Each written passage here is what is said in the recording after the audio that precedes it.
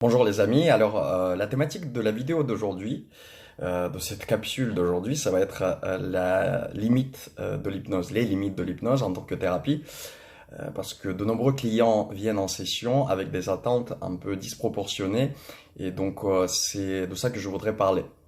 Parce que il existe un certain mythe par rapport à l'hypnose, comme c'est une thérapie qui est comptée parmi des thérapies encore non conventionnelles. Il y a un petit peu cette auréole spirituelle, mystérieux qui est autour de l'hypnose, qui fait penser à certaines personnes que ça peut être quelque chose de magique, comme une baguette magique qui va résoudre les problèmes d'un coup de main et qu'il suffit de venir en session, de prendre une posture un petit peu passive, d'écouter le thérapeute et c'est le thérapeute qui va enlever les blocages, c'est le thérapeute qui va travailler à la place du client, c'est le thérapeute qui va faire tout, c'est le thérapeute qui est le sauveur en quelque sorte. Donc je voudrais tout de suite parler de ça parce que ça n'existe pas en fait, tout simplement. L'hypnose en tant que thérapie, elle fait partie des thérapies brèves. Et comme toute thérapie bref, c'est un outil pour aider au maximum les personnes qui viennent en session. Cependant, c'est aussi un travail. Donc, quand une personne vient pour faire une séance de l'hypnose, elle vient effectuer un travail sur soi-même. Et ce travail-là n'est pas effectué par une autre personne. Le thérapeute, il est là en tant que guide.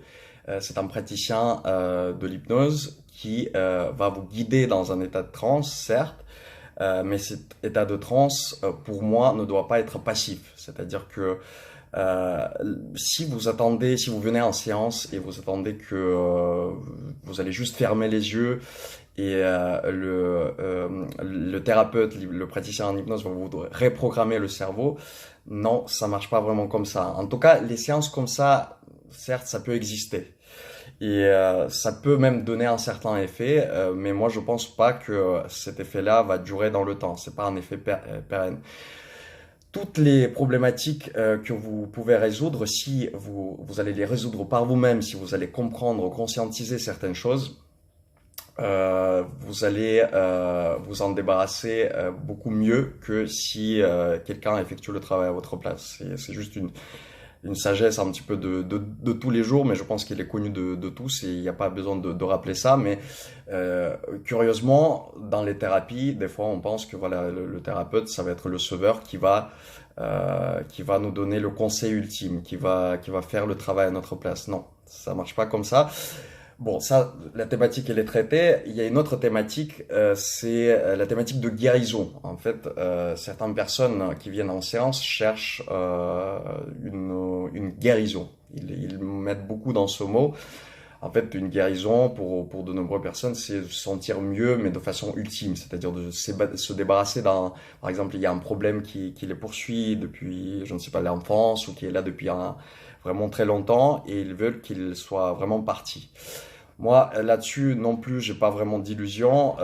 C'est-à-dire que s'il y a un traumatisme, s'il y a un problème psychologique, il est là depuis très longtemps et la personne elle a tout essayé pour s'en débarrasser, il est très peu probable que l'hypnose soit vraiment la thérapie ultime qui va vraiment à 100% enlever le trauma.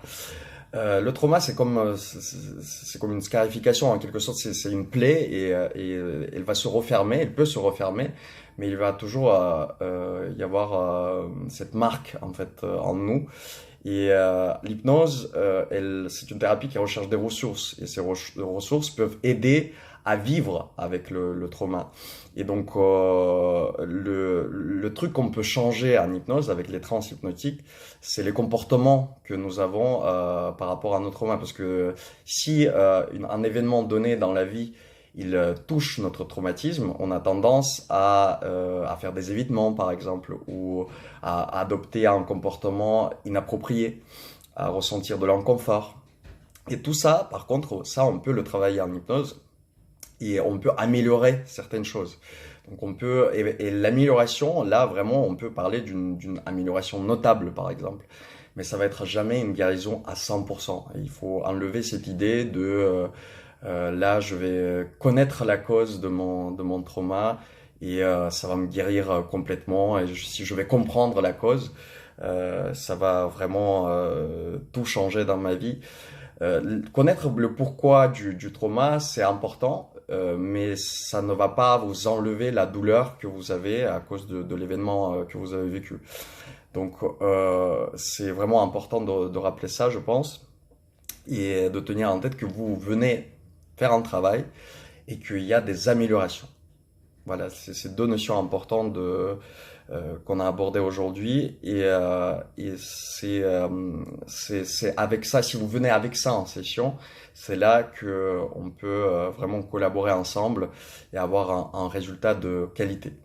Je vous remercie pour votre attention et à plus dans les prochaines vidéos. Ciao.